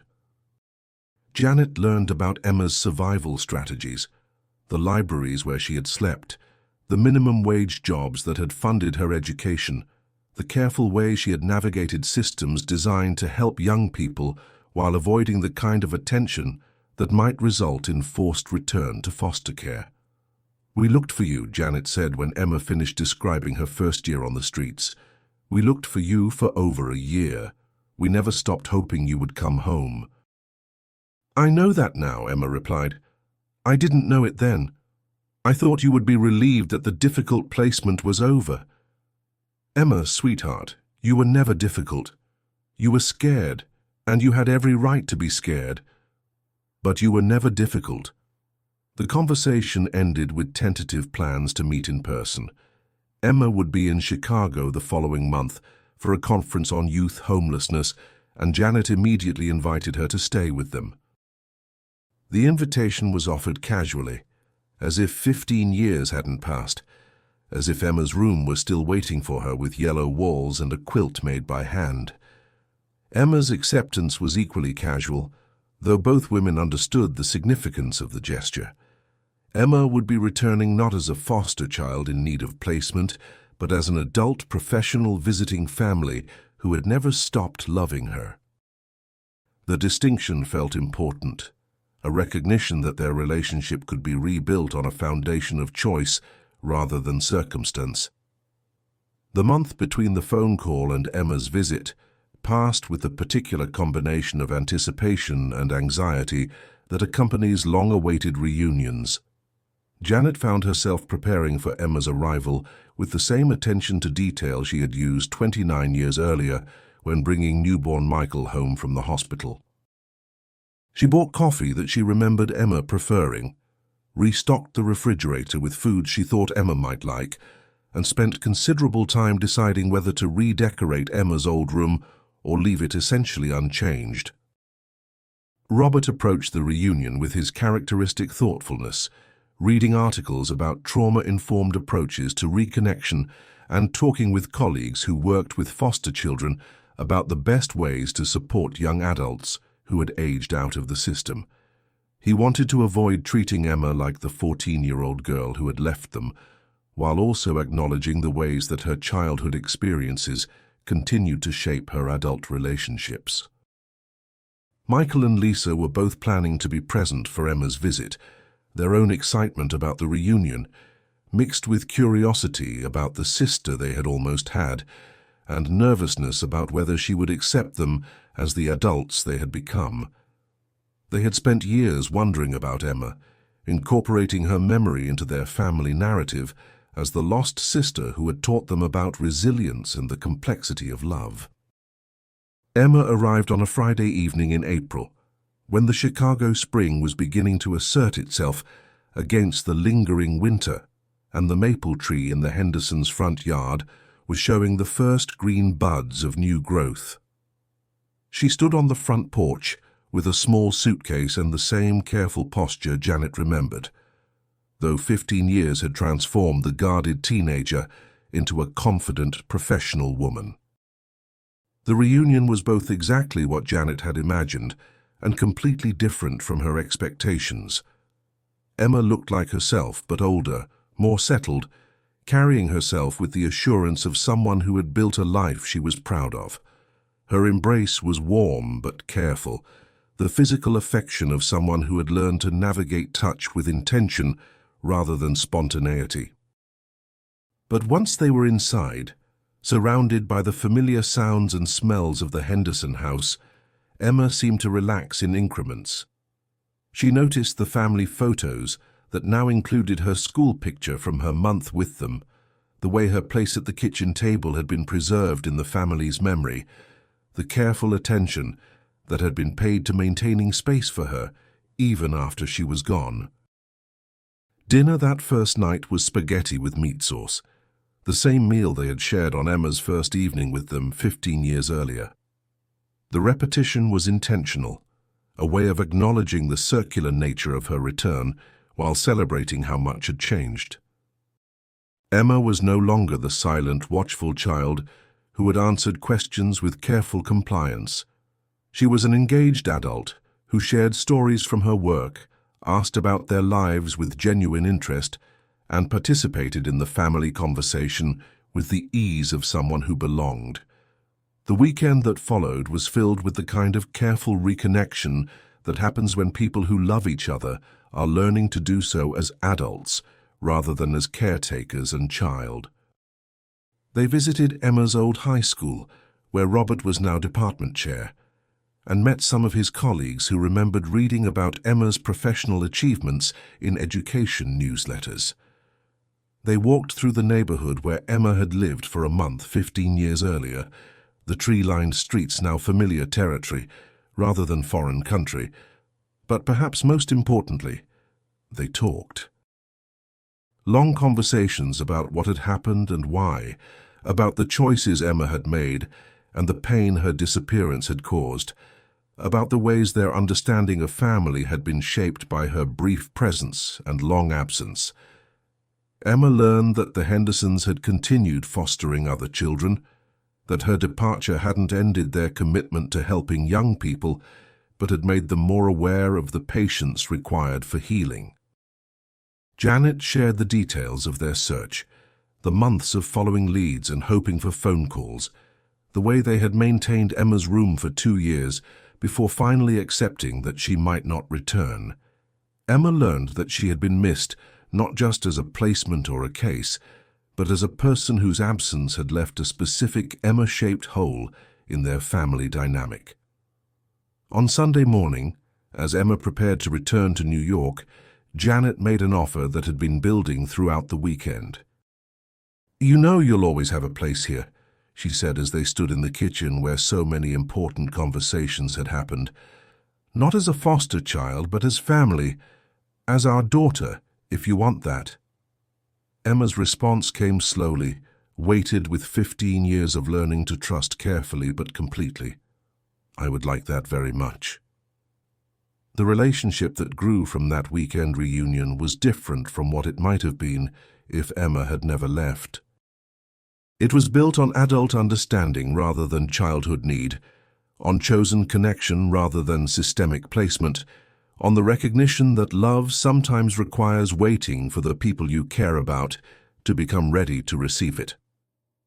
Emma began visiting Chicago regularly, maintaining her apartment in Brooklyn but spending holidays and long weekends with the Henderson family. She served as maid of honor at Lisa's wedding, taught Michael's students about career paths in social work, and gradually became the adult daughter that Janet and Robert had hoped she might become when she was 14. But more than simply reclaiming a lost relationship, Emma's return to the Henderson family represented something larger about the possibility of healing and the patience required for love.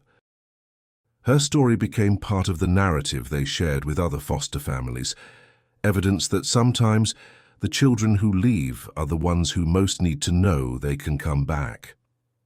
Dr. Emma Sullivan continued her work with the Robin Hood Foundation, but she also began speaking publicly about her own experience of foster care, using her reunion with the Henderson family as an example of how love can survive separation and how family can be rebuilt on foundations of choice and forgiveness.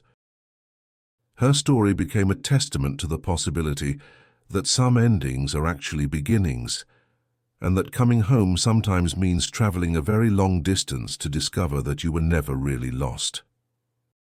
The maple tree in the Hendersons' front yard continued to mark the seasons with its familiar rhythm of growth and rest, its branches now heavy enough to provide shade for family gatherings that included the daughter who had left as a frightened teenager and returned as a woman who had learned to trust in the permanence of love offered without conditions.